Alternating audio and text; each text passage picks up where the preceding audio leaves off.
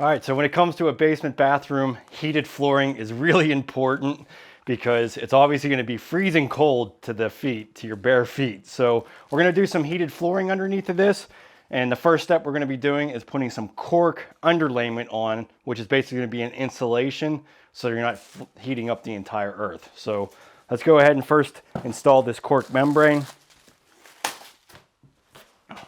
So this is just a 1/4 inch material, and it's just going to be like an insulator. So we did a 2-inch foam underneath of this concrete pad, but I still want to isolate the heated wires. I don't want to be heating up the entire 4-inch pad either. So that's why we're going about this. But if you just had a regular concrete floor and you didn't go to the extent of refinagling all the plumbing the way that we had to do here, this is still a great, a great way to go as far as isolating the heated wires from the concrete pad. Patio homes or any other type of home that is built with concrete, this is the way to go. Because really, you're going to be wasting your money heating up that slab. Basically everything works off of the thermostat. So if the floor is not warm enough and the air temperature is not warm enough, it's just going to stay on all the time. And I've definitely learned that the hard way.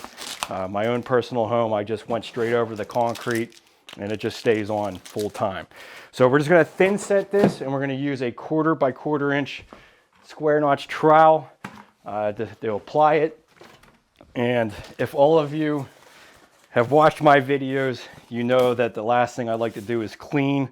So I got one of these bucket savers, and this is really going to be awesome because I'm going to be able to mix thin set in here, and I don't even have to clean out the bucket. Just remove the dried up stuff the next day. So I'm excited to use this. I've been wanting to use a lot because a lot of times I end up just throwing these things away, which I know is really wasteful, and I hate doing it. So this is going to be something I'm excited. I've been wanting to try for quite some time.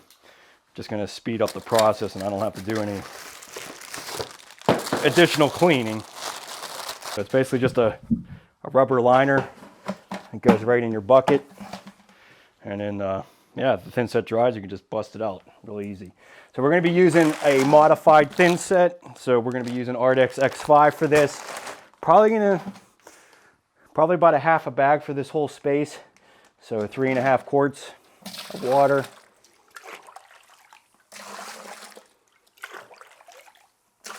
You want to have it at the wettest ratio, because we're just basically bonding this. We're not trying to set tile or anything.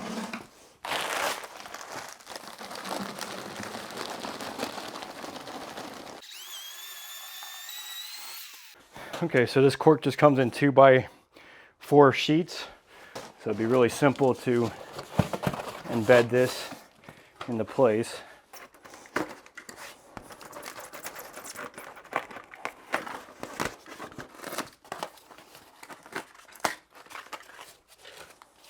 Okay, so like any tile installation, first thing you want to do is just take a wet sponge, wipe down the substrate, get any dust off of there.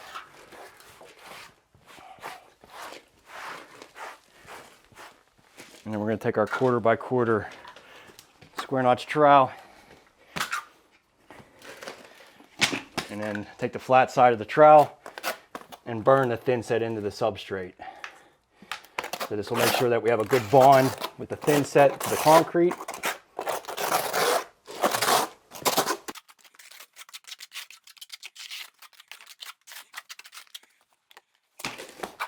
And then directional troweling.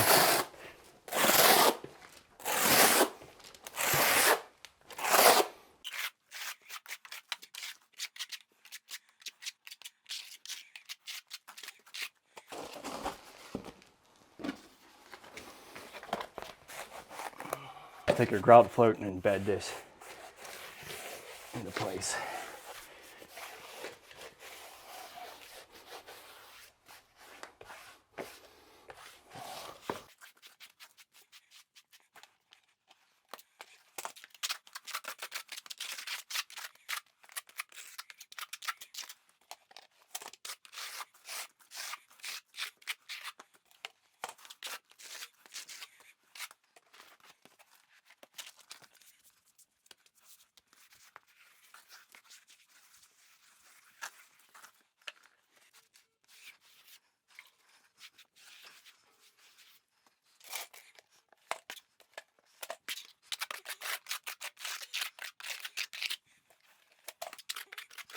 So we'll be going into the shower as well, because why stop at the main floor? You might as well heat the whole shower area as well. And really, I mean, these systems come in all different sizes, but really, I mean, the price isn't really that much different between a 20 square foot roll and a 30 square foot roll.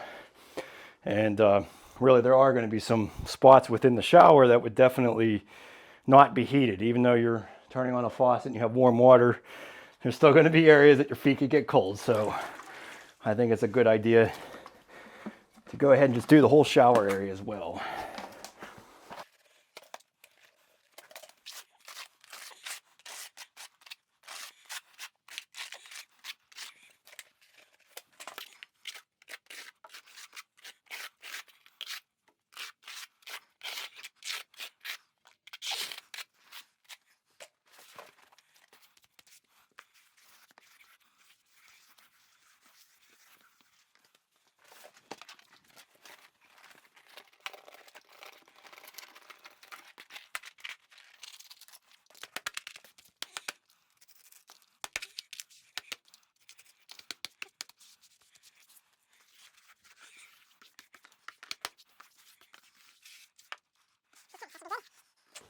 And just give it a little bit of space around this drain, because we're going to be probably sucking the that drain flange straight to the concrete level, not necessarily the foam area. Plus, when you do heated flooring, you need to have space all the way around here. You need to be about 7 inches away from the actual drain, so you don't necessarily need the cork tight around this drain.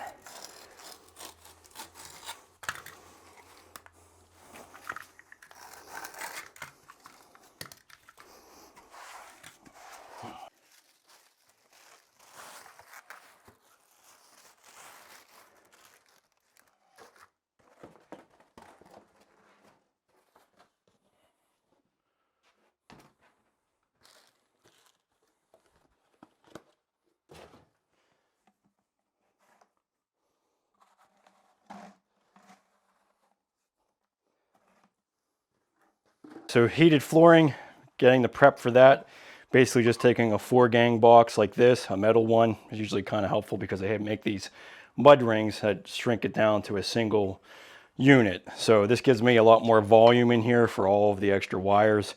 So we're just going to set this here on this particular bathroom. Our door's here. We're going to have some switches here. There isn't a lot of room anywhere. So I would just advise, locating the thermostat, obviously inside the room, because that's what's going to be making the reading inside the room, but just somewhere that you're going to be able to service it or be able to check it out and adjust it. So we're going to put it right here. What I'm going to do is I'm going to make it about the same level as what I would make a switch outlet box, so 52 inches off the floor. So it's kind of tough to tell what the floor is, but we're just going to measure off the bottom of our 2x6.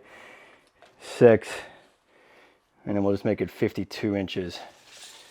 So that'll be the bottom of our box. It seems really high right now, but that's because we're still got a lot of floor level there and things to put in here.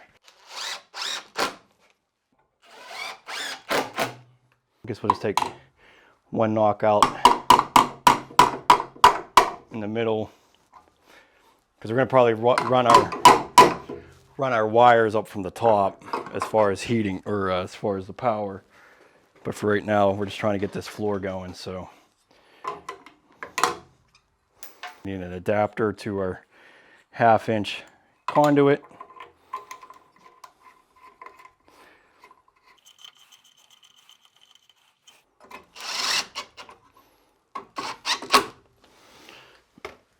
Okay, since we're going to have about 1.5 inches of floor leveler, normally I have an elbow on this so that it comes out below the base trim.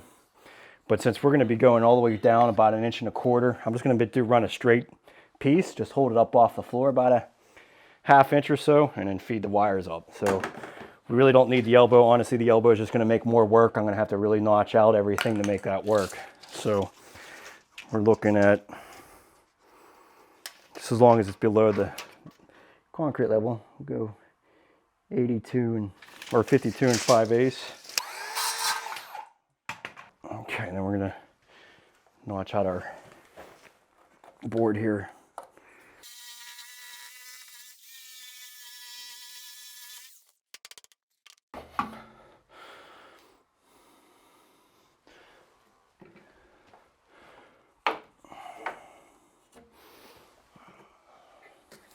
Okay, so I'm going to use this for my fish line. So this will allow me to pull those wires up.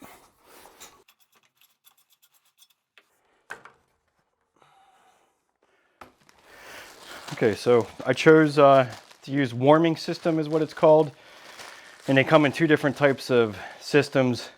One is this rolled mat, so it's already kind of basically spaced out on this mat. The other one is just like a loose wire system. I went with this because it's going to be really simple. We just have a straightforward bathroom here, 4x8. This is a 30 square foot roll. Now, you do want to pay attention to the existing fixtures in your bathroom. You don't want this to be under a cabinet that goes all the way to the floor. This instance, we're doing a freestanding vanity, so it's completely fine to go underneath. You don't want it underneath of the actual toilet, and in any other type of fixture that's going to be permanent, that's going to be on the floor. Biggest thing is if you kind of trap the heat over the system, it can cause damage to the wires. So that's the main thing. Other than that, just stay 2 inches away from everything, from the edges of the wall. In this particular situation, it's really not that big of a deal because I'm not going straight up against a framing wall. It's basically down, everything's below the concrete level. That's what we designed this for the curbless system. So I am definitely getting a roll that's probably the maximum size that you would want for this space. But again, you just have to pay attention to the actual fixtures that you have and make sure you do those deductions before you buy a roll like this. They have them in all different sizes. I think every three square feet, you can get a different size roll. But the first thing you want to do is basically test the wire before you even unpackage it. You want to test this thing, make sure that it's going to be functional and fine. This is a really simple little device, a multimeter. I really like these digital ones. I just bought this today. Thought it was great because it's really foolproof. There isn't a whole bunch of different readings on this. It's just an ohm reader, and then you're just testing to see if you had any ground interruption on it. So just literally just power it up, press the ohm button. Okay, so it's going to say open line when you don't have anything touched to it. And then all you're going to do is take the leads out. So you can pull your leads out. Like I said, don't unpackage it. Just like literally test it at this point, because if there's a problem, you know, they're going to replace it for you, send it back to them. Hopefully you don't have that issue. But I do, every time I get this in my hands, I actually test this to make sure that it's good, because, you know, the day that I want to do this, I don't want to have problems. So on each tag is going to have a specific ohm reading. So the resistance range on this one is between 22 and 48. So all we do is simply take each, there's a red and a black and a white wire. You just place the ends on each side of this and then get the reading. So we'll see. Maybe I'll just have you zoom down on that because I can't hold it at the same time. So just basically put them together and find out what that reading is. So we got 31.5. That's in between 22 and 48. So we're in good shape. That's all you got to do. So that's test 1. Test 2 is just to put this on this little buzzard. So that little buzzard would ring. So if there was some kind of ground interruption, that would signal it. So all they're going to do is take one lead in the ground. If you hear a sound, there's a problem. If you don't, you're good. Same with this one. So like even if I did both of these wires, these are all connected together, you're going to hear a sound. But you're just testing the ground, making sure that there isn't any nicks in the wire that cause that. So there's no sound, we're good to go. So that's all the testing that we need to do on this. The only other thing you need to do is grab the actual floor sensor. This sensor is going to be what tells the thermostat how warm the actual floor is. And again, that's the reason I ended up doing this cork membrane, because it is kind of evaluating the air temperature and the floor. So if you're trying to heat up the earth, you know, the floor is never going to be warm enough and it's just going to stay on all the time. So that's where that cork membrane will make a big difference for this. So the thermostat is going to be Wi-Fi, very simple. But all we need to grab out of here is the floor sensor. So it'll come with a floor sensor. You know, and a lot of guys recommend getting a secondary floor sensor just in case this one went bad. That is really not a bad idea. And I really should order a couple of these, because if this goes bad, your whole system doesn't work. And you know, once it's embedded in the tile, it's quite a chore to replace it. But these have been known to go bad, so that's why some guys do put a secondary one in, and I do advise that. I wish they would actually just give you a second one. That would be kind of nice. Okay, so then we just take this guy out.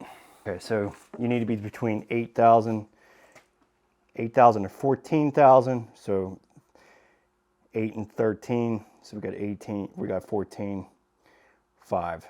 Now this is all going to be adjusting for the air temperature. So it'll fluctuate depending on the air temperature. But we're good there. We got 14. We're good to go. So that reading was a little bit higher than what they're suggesting. The ohm range is between 8,000 and 12,000. I actually did call Warming System to double check that, and they mentioned that the resistance goes up when it's really cold. So the colder it is, the higher the resistance. It was about 60 degrees in this space, so that's probably why I had a little bit of a higher reading, but they said no worries.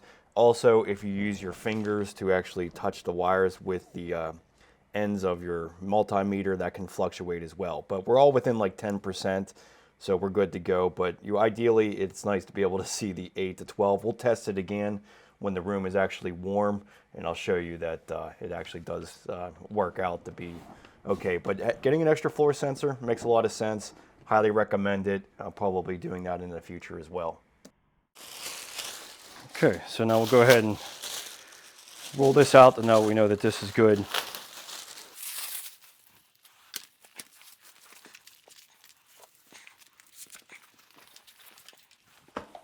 Okay, so we'll just take our floor sensor and our wire, and we'll fish it up through our conduit here.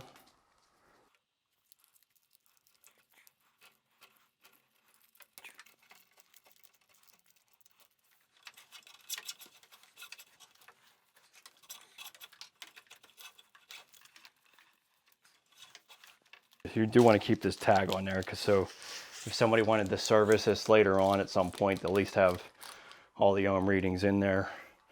But we'll just tuck this in here for now. So I always thought this was a really cool feature of this system, is they give you a little sensor on here, and then you can just attach this to your wires, and it kind of indicates if you did anything wrong, if you nicked it or did something. But it's just a little sensor, and it'll make a little sound if you nick the wire. So if you somehow cut the wire, it's going to let you know while you're installing this thing. I thought that was like a really nice extra piece of insurance. Simply just connect the two wires into your line 2. So just make sure the power's on, and that'll make a sound if something were to go wrong. Okay, so we'll just put this floor sensor behind here for now. Biggest thing here is you just don't want to have this cold splice or anything above this cold splice coming up. So this little guy here is the cold splice. So we'll tuck that in over here. And this has a double-sided tape on it on all 3 of these strips that will just kind of help hold it down into place.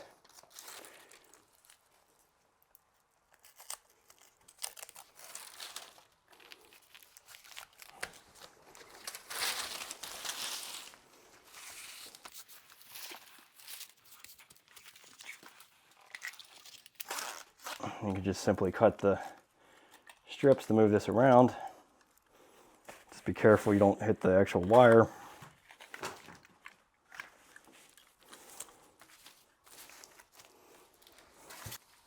Okay, so then this guy will have to kind of keep the wires away from here a little bit. So we're going to kind of pull some of this off of here. I should just do something like that. Just hot glue this here.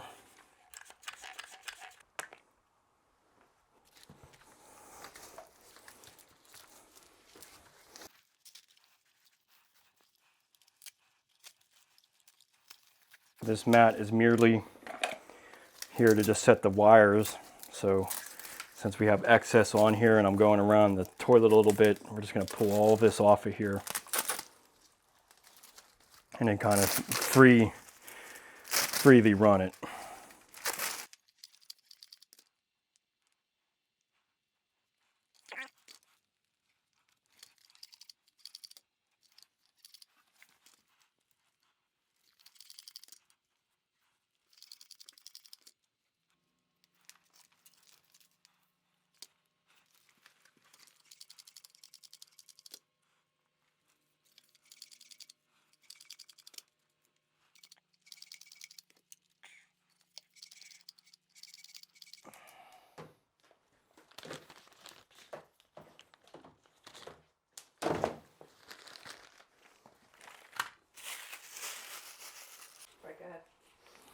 Okay, so this floor sensor, let me just pull a little bit more out of this.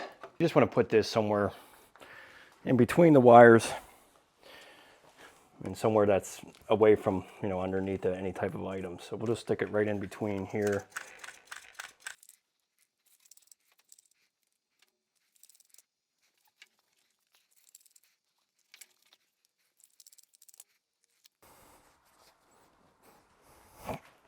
Okay, so we're going to be floor leveling. So whether it's new concrete, whether it's plywood, or even going over this cork flooring, it's a good idea to prime everything prior to self-leveling. So like I said, even if you're going to be putting self-leveler down and you put more down, you always need to prime this on top of it. It just prepares the surface. So I'm just going to use a brush and I'm just going to work it into the substrate underneath of here, and then we'll have to let this dry for a couple hours, and then we can go ahead and pour our floor.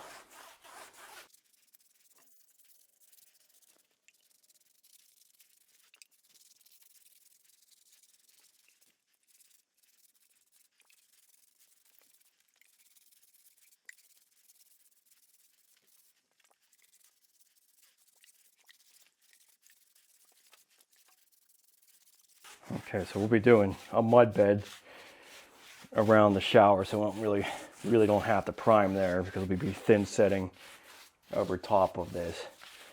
So, but yeah, just let this dry and then you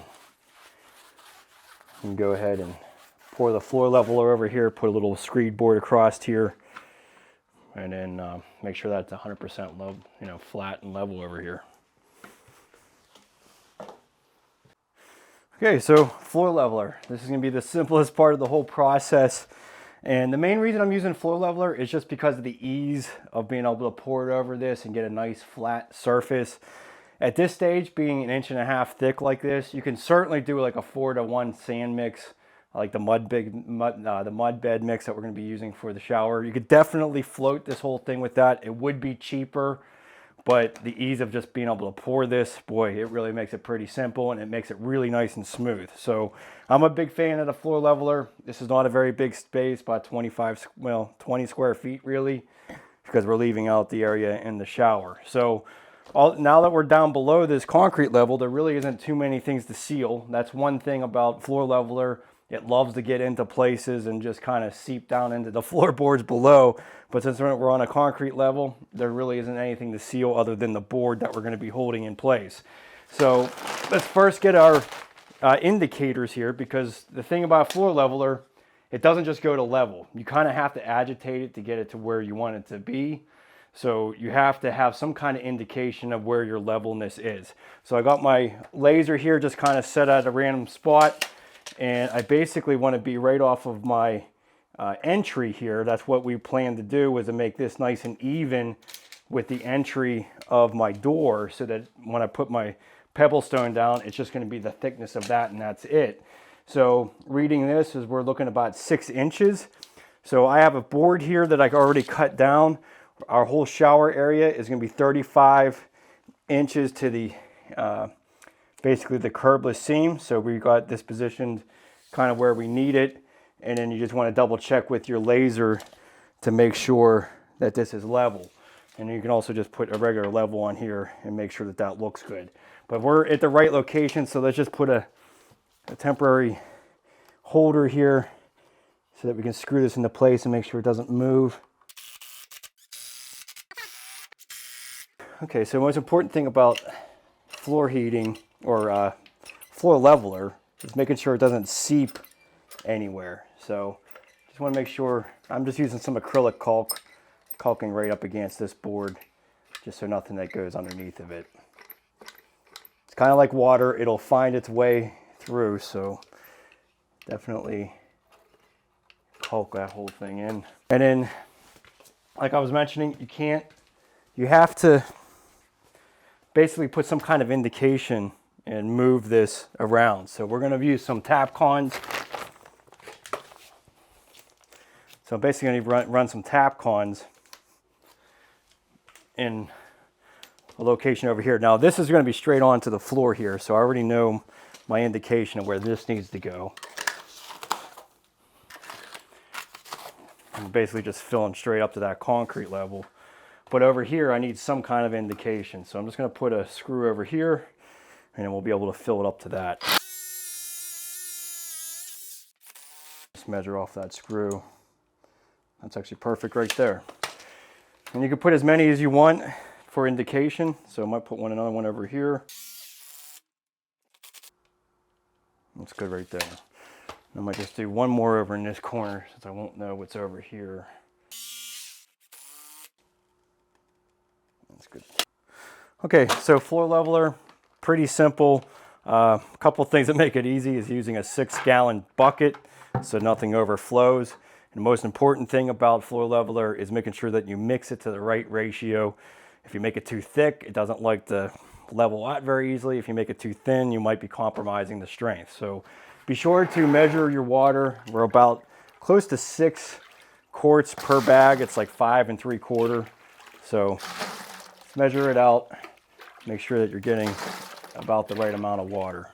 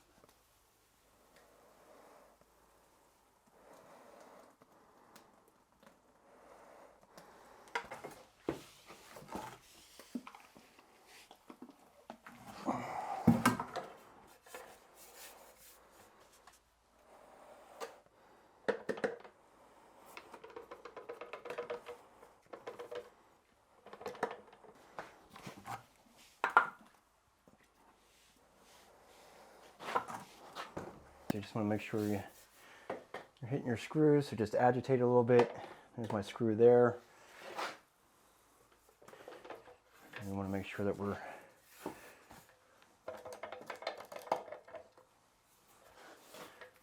filled up over here. Let's still use a little bit.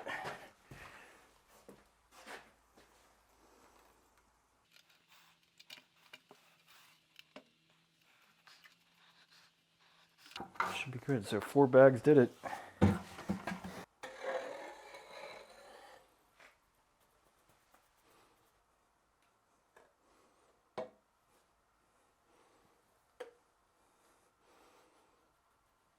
That should be good. So we'll set that up and we can just do our pan. But floor leveler is definitely a lot easier than trying to screed all of this out. It just costs a little bit more to do it this way, but this is going to be an excellent surface to tile over and really be able to have a nice flat floor.